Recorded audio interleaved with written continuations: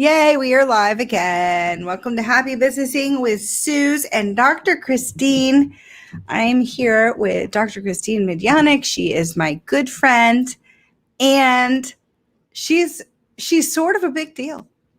She does all of the things. No, she has a doctorate in organizational psychology. She has been teaching at the collegiate level for quite some time. And she's a small business owner more than once. So she's like the perfect person to have on and talk about business. How are you doing? I'm doing good. Happy Thursday. Oh, yeah. Is it? It is, which means tomorrow's Friday. My week is a blur. It's all a blur.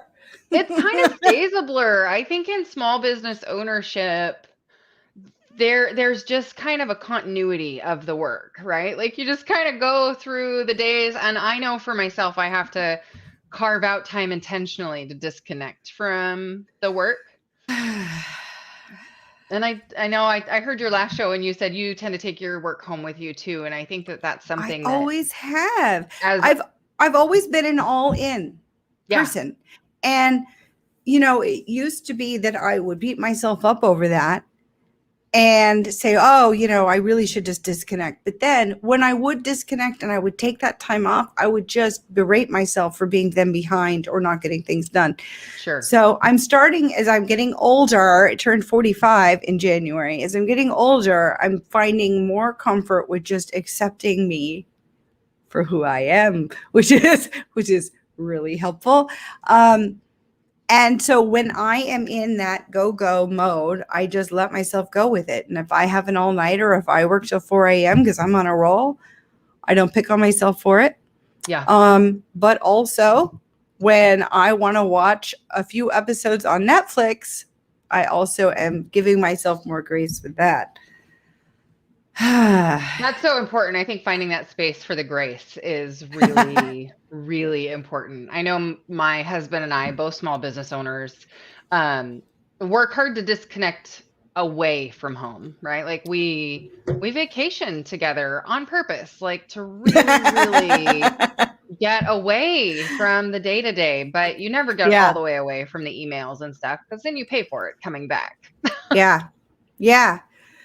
Yeah, it's one of those things. In fact, I just had a conversation about this with someone in my Facebook group. Hey, if you guys are looking for some cool communities to be a part of, Christine and I both have Facebook groups. There are links to them in the post up there or down there. I really never know where they put it. But mine is Happy Businessing. And so you can look for Facebook groups by that. And Christine also has a group for women in leadership called Shattered Glass Leaders. So check out those groups. We talk about this stuff a lot within the groups. And this is kind of our opportunity to come out and talk with you guys. So I see a few people watching. Hello and Yay. Thank you. Say hi, drop us a comment, ask us a question, hit it, and we will tackle it. We'll tackle it.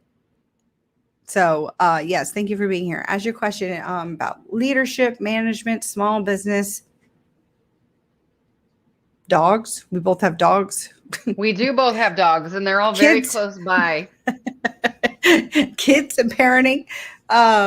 Yeah, we can talk about a lot of different things. We're pretty much experts on everything, right?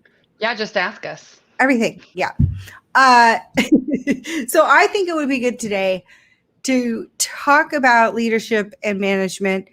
I've had, I've had my job career, right? Where I've been on the front lines of organizations. And I started in accounting, and then I went more into operations leadership and culture development. And I've seen it all. And I've also made every mistake you can make when it comes to leadership and management. And I've had to grow and learn and kind of customize my approach. And, Christine has seen a lot too. And I think we're both fascinated by humans. And if you think about it, one of the things I love about business is that when you start a business, you're creating something from nothing. It's freaking magic, okay? And the magic continues by the exponential like power of the company culture that you build. Like, I'm using weird words because I'm just speaking off the cuff, but you know, as you bring people onto your team, whether they are actual employees or whether they're vendor, you know, contract engagement types of relationships, these are all your team.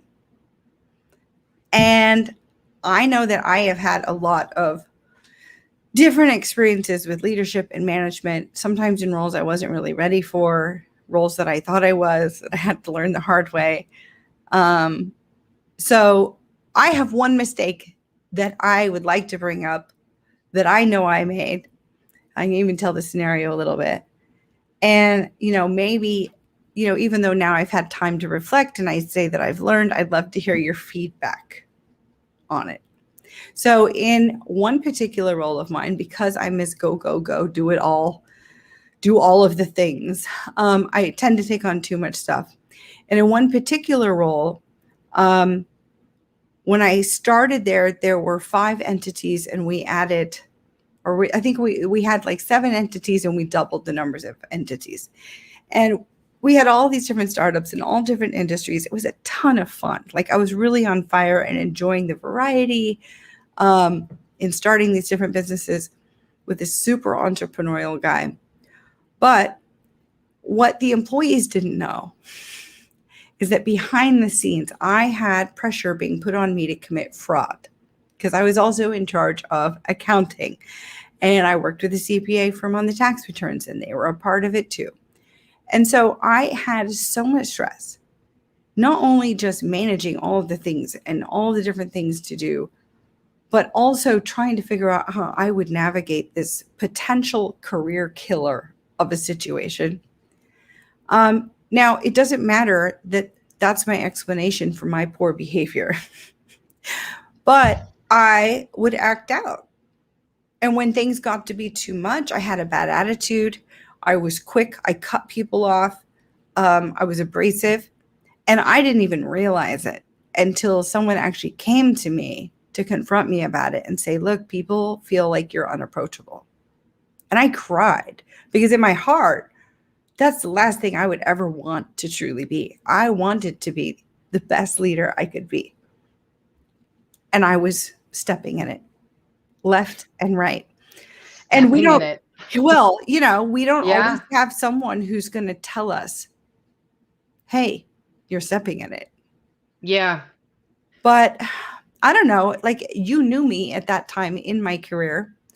And you know the backstory of some of it, but what would your advice be to a Susan back in that, you know, stressful, toxic, let's be honest, it was a toxic environment that I didn't realize because I was drinking the Kool-Aid. I wanted the best for everyone. Yeah. What, like, reflecting back and knowing that a lot of us deal with this, any thoughts or advice? Yeah, you know, Suz, I do some work and I've been doing some research in leading during times of crisis. And Oh, yes, you have. part of my interest in that space has been related to the pandemic, right? Yeah. But it's really opened up some awareness for me. And I think a lot of people over time have looked at, you know, our brain activity as like either I'm functioning at my best or I'm functioning at my worst. So we look at it in a binary sphere, right? But I think that there's really this whole spectrum of like, well, I'm operating just barely above my worst, right? When you look at people like us, we're highly resilient humans. We're well educated. We you know, we've run the gamut of business things. But when you're in crisis or right above crisis, for instance, in your space, right, where you were under a tremendous amount of pressure, in a lot of ways, you're operating just barely above your survival mechanisms, which means just a tiny, tiny hiccup can throw you into that like fight or flight mechanism that we have. And I think that's how I was operating in general, day in and day out, was fight or flight. or just barely out of it, right? So then Well, all of a sudden the printer gets stuck and you're like oh ready to yeah, kill someone. we're ready to And, throw down. and you think about that. And if you're operating in like your higher capacities, like none of us really feel like murdering someone over a broken printer No, just if kidding. we're operating at higher level functioning, right? Yeah. But when you're in constant stress or constant trauma, it just doesn't take a lot to throw you into that survival mode. And so I think in our leadership roles, it becomes really critical that we do climate checks on that on a regular basis. I And like that. Say that again. I like that idea. so in our leadership roles, it's critical that we check in on our climate of our crisis mode regularly. Am I responding reasonably, or am I kind of on the edge of a cliff? Because if we're on the edge of a cliff all the time, something needs to change. Yeah.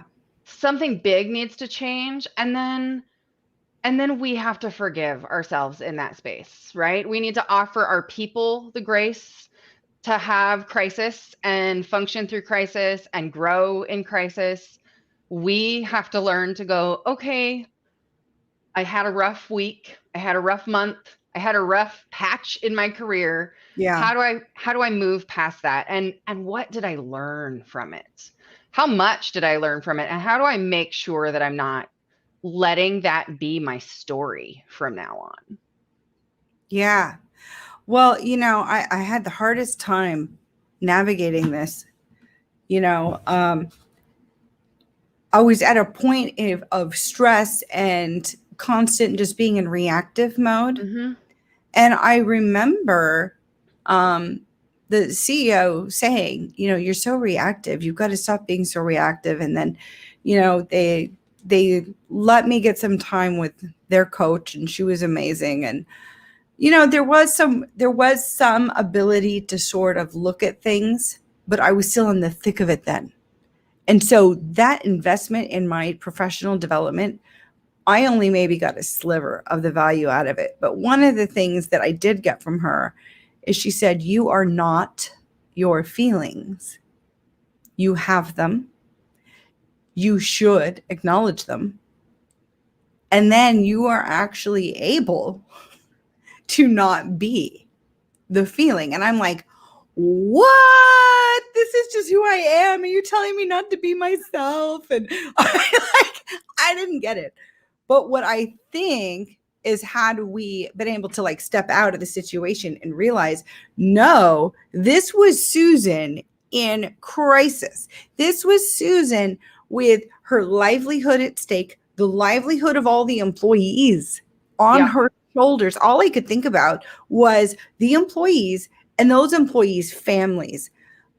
If we didn't do the right thing as a company, and that if this didn't come to head the right way, that every one of those employees would be locked out of doing their job. They would shut down the line of credit. They would shut down the operations, lock down those bank accounts, and all those employees would be screwed. Not able to work, not able to make money. All because this guy at the top felt entitled to not pay taxes now that he's winning massively with new profitability that they had never seen. But yeah, I didn't think of it that way, but I was in crisis. Absolutely. And for an extended period of time, Yeah. right? And that means you need that amount of time to recover too. You can't just go from a 6-month crisis and go, okay, so it's over and now I'm better, right? You have to give yourself that time on the other end as well, just to sort of reflect. And again, take that climate on a regular basis. Am I feeling like I'm further along on the spectrum between, lizard brain or that basement or crisis space, that survival, and my executive function? Hey, will you tell us more about that? So you guys, I went to her, one of Kristine's mini retreats and I got to learn more about this. But I don't want you guys to be confused that now she's throwing out terms like lizard brain and executive function. So Kristine, you have the floor. If you can help us understand that and in context of what we're talking about. Yeah, absolutely. So in psychology, in brain function, when we are born, we have our survival mechanisms in place, our limbic system, if you will, and that's the basics, right? Fight or flight. It's survival mechanisms, and I call that lizard brain because I consider it a little bit prehistoric, right? It's dinosaur-like. We will fight and we will eat and we will flee a scene. Okay, I like it though. I like it. It's memorable. Yeah, lizard brain, right? Like, and we all have our moments that we're in that space. Yeah. As we grow, as we learn, as we get more skills and resources and develop resiliency, you know, our frontal lobe up here becomes where we make like logical, reasonable decisions. And again, what I was talking about between those two, a lot of times we've looked at them as either I'm in my executive function, that frontal lobe, or I'm in survival mechanism, that lizard brain. And I don't really think that it's that simple anymore. As I've done more and more research, I think that there's a spread between the two. And I have started thinking of it like an elevator. That's what I talk about in my retreats, right? And then you guys, this is the best analogy ever. This was really helpful. Okay, drum roll. Tell us about the elevator and the floors. Yeah. So, you know, if you look at your basement, right, that's the basement. There's no windows. You have no perspective. And then as you grow, you build floors in your life. And that's with resources, and those resources build resiliency. And so some of us that have gone through our lives with a lot of opportunity to practice resiliency, we build more floors. We have maybe a 32nd floor, and then we have a penthouse. And I think of that as our executive function. And think about the view and the perspective that you have in a penthouse versus a third floor, right? The thing is, we don't just stay on a floor in our real lives. We bounce between those floors based on our circumstances. And if we've been in extended periods of trauma, you know, like hypothetically a pandemic, we might be operating just a little lower on our floors, right? Maybe normally in ideal circumstances, our penthouses clear up at the 35th floor. But as the pandemic hit, we were like, okay, 30th. Oops, nope, 25th. Oh, nope. Okay, wait. Kids are staying home. We have to teach them from home now. All the time. They're going to be now home. You go down to like the 7th floor, and then like your husband has the flu, and it's like, oh, good Lord, I can't do it. I can't go down any more floors. And then you fall into your basement. And then when we're in that lizard space, think about a basement around you guys. You don't have windows. You don't have perspective. You don't have that ability to see the horizon. You just are like hanging on for dear life because maybe you've just dropped 32 floors. Maybe you've just been dropping slowly for months on end. And so, you know, getting out of that basement is not impossible. Sometimes it takes somebody to remind us, hey, little reactive. Hey, think you're not looking at the horizon here. And you're like, well, no kidding.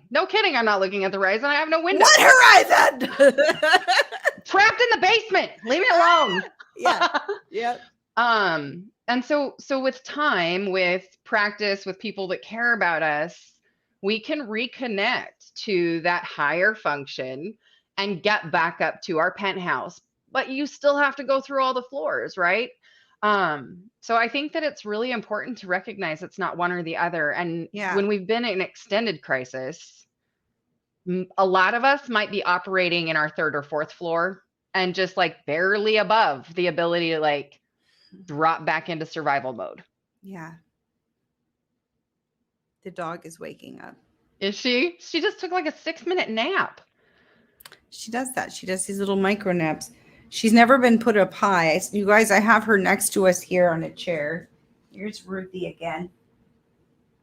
Oh, pardon. This is Ruth Bader Skywalker. We love her. The Brussels Griffon. We got her in Tokyo during the quarantine. She's our quarantine pupper. She's the ProfitLogics mascot. Yeah, she's super cute. She All is right, super she's very cute. sleepy. I'll try to hold her, but my arm gets tired. We're almost wrapping up here. Wow. You know what? I think this is the best show we've had. I should fun. just, you know what? I should just always let you do the talking, and then we'll have a good show. We just got to get on to something that we both get excited to talk about, right? Yeah. And I think it's so important to forgive ourselves, right? And move on and recognize what we've learned. Yeah. Getting to that place where we recognize what we learned builds that resilience that puts those floors back in place or builds that next level so that we don't make the same mistake again. Yeah. And I well, think that's and we really talked beautiful. a lot in your retreat about level of self-awareness Mm-hmm. too. And I thought I was always someone that had a really strong self-awareness muscle. But even that muscle had atrophied when I had felt like I was digging out of my basement because of the crisis, the constant crisis mode. And, the crisis I told you guys about was just the one that was related to that particular job. Yeah. I didn't tell you guys what other stuff I had going on in my life. Right. I mean, that was just one part of my life, was that role. So anyway, Shola or Shayla, I can't quite tell. I'm posting your comment. She goes, nice dog. Ruthie, you have a fan. Say hello.